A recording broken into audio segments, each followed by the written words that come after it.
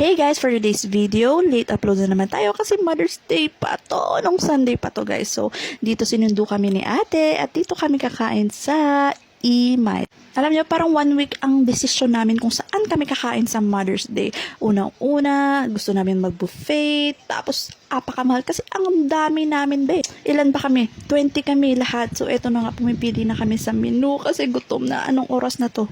So, habang pumipili sila dyan sa menu, eto ako sa aking pamangkin. Nag-video lang pat. Ang sama ng tingin kasi nga may sakit siya dito.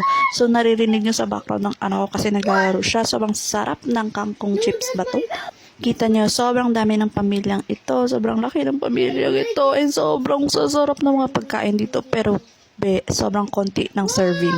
Mahal ang food and konti yung serving. Kaya, fast forward, pumunta kami ng Landers kasi magde-dessert kami. So, we decided na dito na lang bumili ng ice cream. Kasi ang daming sale pa yung mga green na yan, sale yan guys. So, before kami kumain, naglibot-libot muna kami dyan, namili-mili ng kung ano-ano yung mga kapatid ko. And eto na, kumakain na kami ng ice cream dito. Nakasale din yung ice cream nila. Guys, meron kaming tatlong box ng ice cream yung binila namin kasi nga apakadami namin. So pagkatapos namin sa Landers, lumabas lang kami kasi sa harap yan, night market na yan. So 5 PM na ito or bandang 6 na.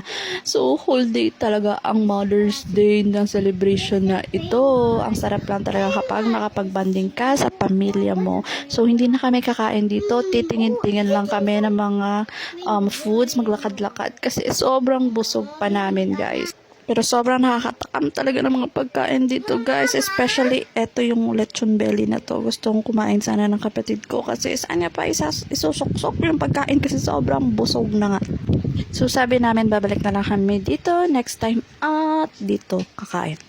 O diba may lechon pa sila. So dito na magtatapos yung vlog natin. See you on my next vlog. Bye bye. Thank you for watching.